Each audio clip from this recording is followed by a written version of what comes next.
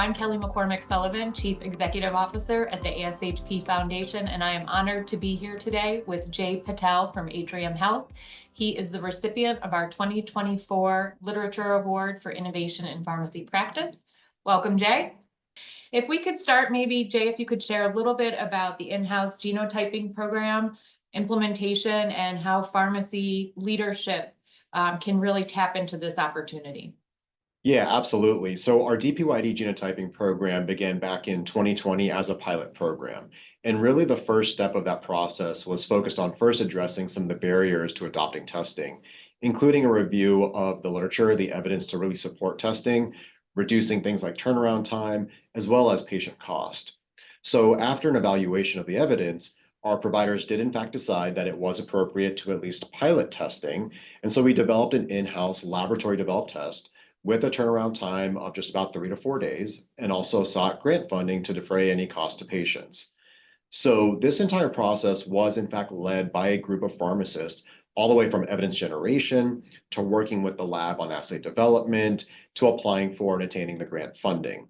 So our team worked with each clinic who routinely orders fluoropyrimidine-based chemotherapy to basically devise a process to patient screening, counseling, specimen collection, and submitting the order to the lab.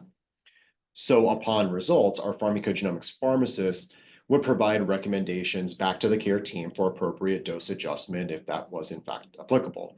Now that we've actually shown proof of concept and proof of efficacy, it is a standard of care test, it's orderable in Epic, and we have clinical decision support tools to remind providers to order the test. And our next step is to actually integrate it directly into the order set for 5-FU and capecitabine-based regimens.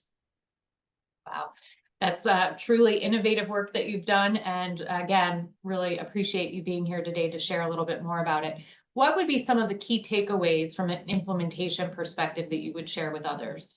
Yeah, great question. So some key takeaways that I would recommend to others is to first find a physician champion or set of physician champions who are in fact interested and willing to adopt testing, and ensure that your care teams are aware of the implications of testing and not testing, as well as updates to the package label and the recent prospective data to really support testing. And then really devise a plan that works with them and minimizes disruption to the clinical workflow. Secondly, I think if you're able to develop an assay in-house, and that's fantastic, but still make sure you're following the Association for Molecular Pathology's guidelines on which DPYD alleles should be included on a clinical genotype test. Now, even if you're unable to develop it internally and need to seek an external lab, then really make sure you're doing your due diligence and that you find a lab that has a comprehensive assay to minimize the potential of false negatives. And then lastly, collect quality improvement outcomes as well as clinical metrics.